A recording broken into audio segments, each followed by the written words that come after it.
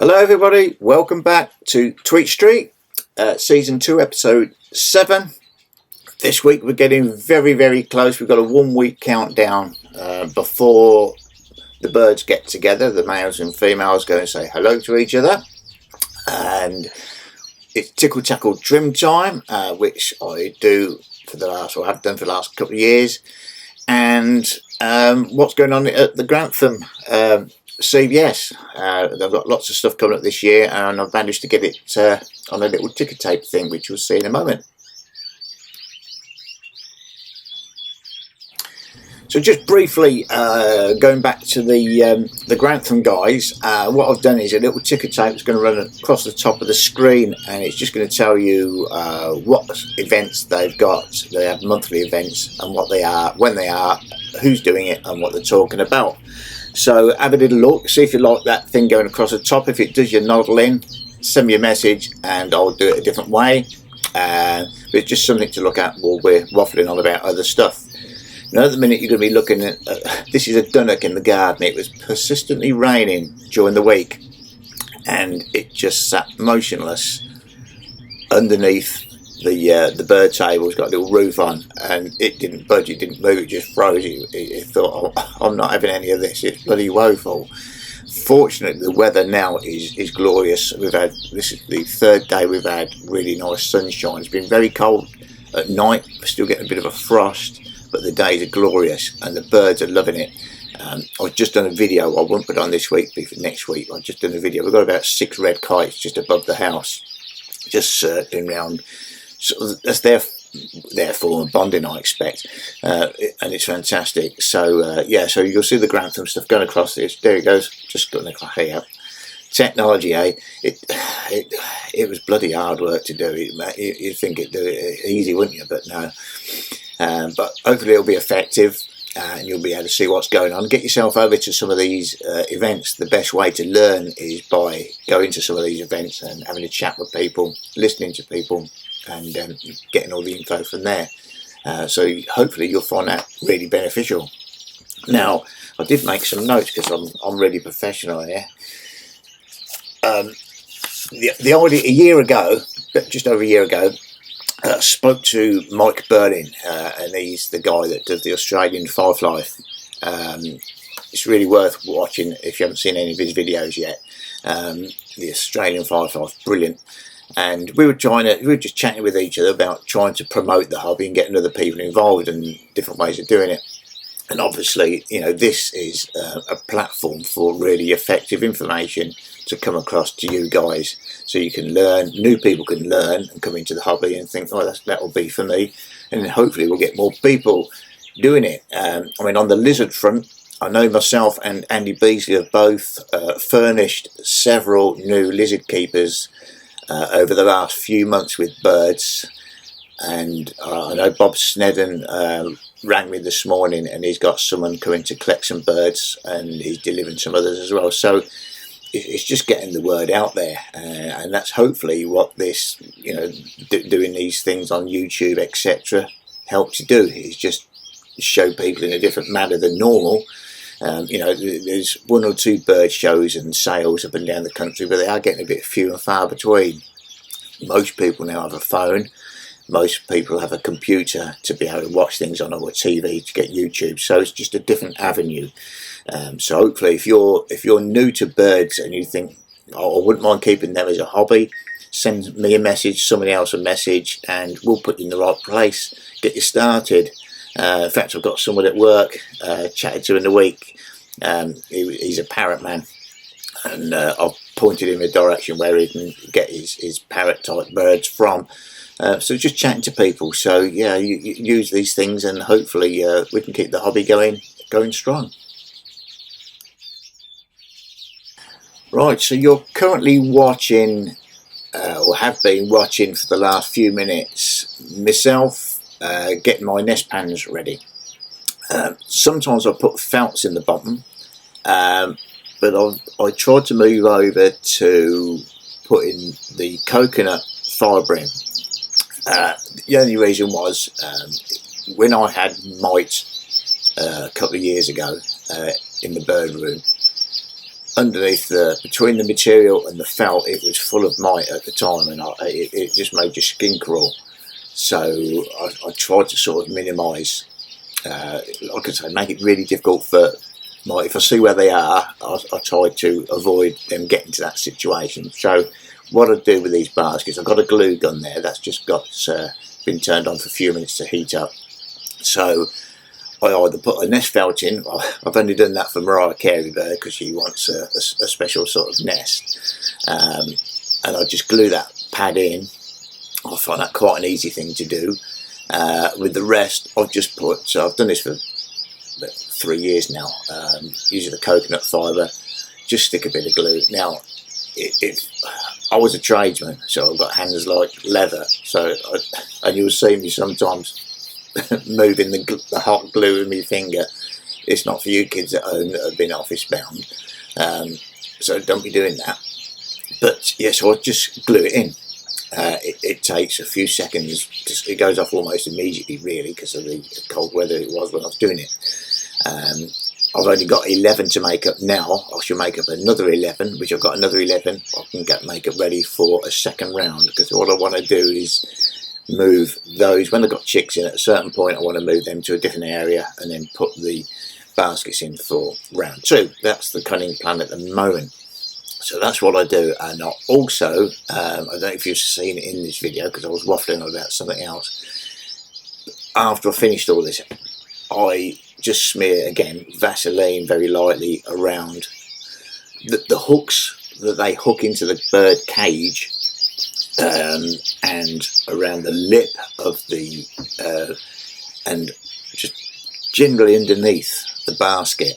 I'll just give it a little wipe with Vaseline, tissue with Vaseline on. So it's only got a very thin coating, but it's something that mite do not like, I've discovered. So I might as well continue doing that if it works. We'll see. Hopefully it'll work again this year.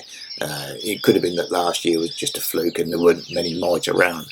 This year we'll find out because it's the second year, and we'll see how it goes. But that's how I like to do mine. So I've done that with a week to go. I was a little bit behind schedule with things that are going on in my private life. I've now caught up, and I've kind of snuck ahead slightly, which I'll explain in the next episode. So the birds might be getting together slightly earlier than normal, but only slightly, only a few days. If the weather stays as it is with the sun out and it's warming up, the birds are singing their heads off. It's really nice, and then we'll see what happens. So yeah, it's a great time of year, and I know most people are really looking forward to what you hope to be breeding. So I'm just finishing off there the baskets, and I've got a tub of diatomaceous earth. It's basically ground or rock stuff, soft rock, whatever it is, and mite don't like it. So on the basket I've got with the felt, I just douse it all in that, give it a good covering, shake most of it off, and that's it. I only really do it with the one with the felt in, not the other stuff. We'll see if there's any difference, won't we? And hopefully that should be fine. So just after, once I've took this away now, you'll see that I'm going to alter the cage dividers in the birds just to prepare them a little bit. So what I've got a big tool unit, as you'll see now, and that's where they hang until I need them. So I take them off, and then I go and put them in, nice and easy, lemon squeezy. So I take out the solid ones. These are only done with the bonded pairs of birds. So these are only done with the birds that I want mummy and daddy to be together and to play hide the sausage and do what they do. So that's the cunning plan. So now they'll be able to see each other. I also alter the perches as well. There is a perch that's right close to that divider, so I put it really close. so that when they're on that perch, and I put some the little finger feeders, I put them right there as well. You can see the blue feeders with the seed in. So between those, each of those birds will have a little finger tray of whatever food I put in.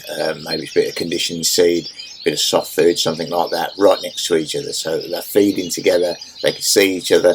If they want to feed each other through the grill, they can do, and that will help form the bond. Well, that's the cunning plan. So, like I say, it's only going to be done with the birds that I want bonding, as in proper pair together. I have a couple of sets where the cock bird's going to be run over, 2 in one case and 3 in another case, hens, and so I don't want them to bond yet. So we'll see how that goes. That's the plan. I've only got 2 spare male birds, and they're both silvers. Both of the birds I've got running over several hens. Bloody hell. Bear with. Apologies. A telephonical one. Like I'm saying, I've got the 2 spare birds I've got is both silvers. I couldn't really match anything else up, so that's as much as we can do there. So I just started moving stuff around and just make it better for the birds that are going to be bonding, so they can bond a bit better, see each other, get to know each other a little bit. Put some little bits of twine in. I think I've got a little clip of that coming up in shortly as well. Just to give them a bit of interest, just to show there is stuff around. You know, we've increased the amount of food being offered. The amount of lighting is now increased. I'm now up to 13.5 hours of lighting. 14 will be the maximum, and that'll be next weekend. So and that's where we go. So yeah, it's just keep them nice and fit, and just showing them and telling them that you know, things are ready for the breeding season. So here I'm just raising some perches, and I've got a tub of Vaseline's out again. I just dab the end of the perches in the Vaseline, because that's where, if there's any mite, they will start to walk along, and they're not going to get over that. So that's what I do. So I raise one perch high, one perch low, so the birds have got a bit of exercise to do. Then what I tend to do is, when I put the baskets in, the nest baskets, I'll drop that perches back down so that when the birds are going together, so it's easier for them to mate, then the perches are a bit lower, and hopefully that'll work. You're just about to see a bonding pair after I've just done that the cage thing. And if you're new to lizard canaries, these are both birds that are non-colour fed. The one on the left is a silver hen, a broken cap silver hen, and the one on the right is it's kind of a short cap. It's almost clear cap, and that's bird number 20. The one that was hanging upside down a week and a half ago, the numpty, is absolutely fine now. I'm hoping that pairing with her, it'll improve his spangling on the back, the feathers on his back. He's got good lines, but they're a bit too liney. I want them a bit more distinct, the feathers on his back. She's got some really good distinct feathers on her. He's got really good rowings on him underneath as well. So these could be quite a nice little pairing. But as you can see, I've put in between the grill, and they're feeding next to each other, and that was the idea. So, like I say, I've got some twine, and I've got a little bit of coconut fibre, but mainly the twine. I just cut 3 little bits, about 3 inches, and just popped them in a little basket on the outside, just for the hens, just for them to have a little peck round and a little play. Like I say, it's just a little bit, seeing what they do with it. They hop around. The males, like, you can see him just next door. He's quite interested in what's going on. He's thinking, hello, I'm quite looking forward to this. This is Mariah Carey bird. She's also been picking up. She looks really ready to go, to be honest. She's very fit. She's a 2022 bird. She's looking really good. She was the one I put in the nest felt in the pan, so that'll be going in shortly. Last year that's what she preferred, and we'll just see. I'll have like a bundle of sort of jute and other fibres, but she just wanted the actual jute cutting up, so it took me blooming ages to cut loads up for her, but it done the trick. She had 3 fantastic young. I'm hoping for more this year, and so some of the birds have still got the solids in. Like I say, some of the ones I wanted bonding have got the mesh in between the dividers, and they're just keeping fit at the moment. Right, your favourite part of the show this week, no doubt, tickle, tackle, trim time. I like to thin out the feathered area near the vent, but I maintain the feathers on the vent when I'm trimming. And obviously the hens will get a brood patch when they lay the eggs, to sit on the eggs, so they've got their hot skin with more blood vessels near that area to keep the eggs at the right temperature for hatching. But around for fertility wise, I like to help it by keeping that area clean and trim. So this is me doing a bit of trim, and of course they love it. Also, it helps them if they're not messing themselves, because sometimes a bit of their feces will stick to the feather sometimes, and it just avoids all that. So it's just cleaner all round. So when they're doing their general stuff, there's less chance of disease and things like that. That's what I like to do. And then once I've done, I'll just trim the tail. If I'm not doing it all on the same day, I know that I've done that bird. And B, it's a bit more comfortable for the bird in the nest as it's sitting on the nest. And that's basically all I do with that. I trim very, very carefully. If you've got to have a very steady hand. If you haven't, then don't try it. You don't want to be cutting too much. But you need not rounded scissors on the ends, so it doesn't poke into the bird.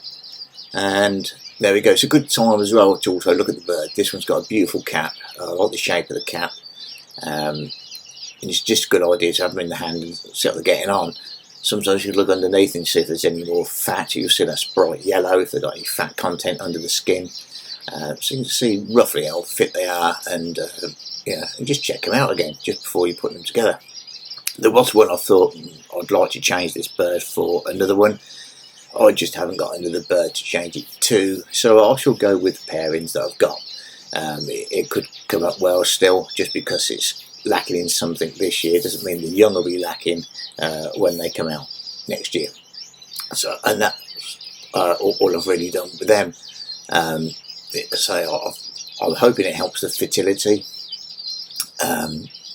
It seemed to the first year I'd done this. Last year I had a poor year, but I don't think it was due to this, because I'd done this a year previous and I had a cracking year. So I'm hoping that this helps again. So yeah, that's all I do with the trimming. And now all we'll do is we'll go forwards onto the basic rundown of all the birds I've got at the moment. So they've all been sorted out. So this is the top pair, top 2 are Fifes. That's got a solid divider there, but it's now wire, the same as the rest. Pair of lizards at the bottom. So they're all bonding. Those 3 are all bonding. These 3 sets of hens are not, so they've still got the solid covering. Interestingly, Mariah Carey bird there is whistling away and replying. He's replying. That's the gold cock bird that's going to be going over those 3.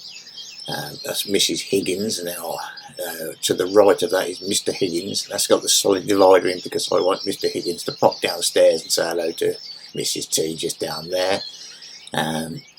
If that works, I have got a spare silver. If it doesn't, and there's a pair of lizards underneath for myself and Bob Snedden, that pairing.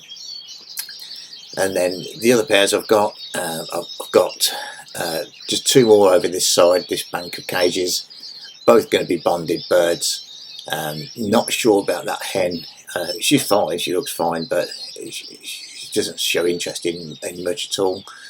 And then these 2, the Dusha, they're the 2 that you saw bonding a minute ago, next to each other and looking good. So that's one of the spare cock birds. He's been conditioned the same way as all the other birds are being conditioned. I've got the 4 weavers. I'll try and do a little bit more on the weavers during the next few weeks. And at the bottom we've just got the quail. She's quite happy plodding around down there.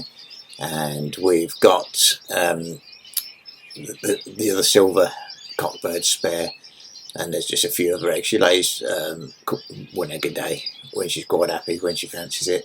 She normally lays about 4 or 5, then stops. So we just take them out, boil them, and the dogs jump on them. And they love it. So that's pretty much done for the week.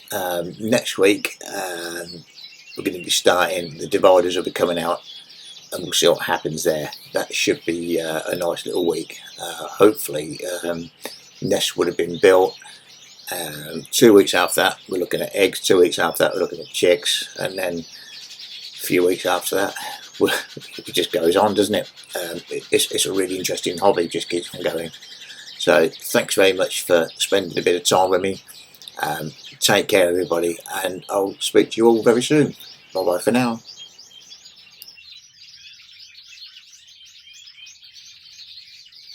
Well, thank you everybody for watching another episode of Tweet Street and sharing your time with me. So if you'd like to comment, please do so. If you've liked what you've seen, please click a like so I'll get an idea of where we are. If you'd like to share what you've seen with others, please do so. Spreading the love of the hobby, that's brilliant. If you could subscribe, you'll get to know when future content's coming out. And if you'd like to take it further and buy me a coffee, basically that's offering a small donation towards the running cost of the channel, you'd be very welcome. So thank you all everybody, hope you're well, hope your birds are well, and we'll see you all very soon. Bye bye for now.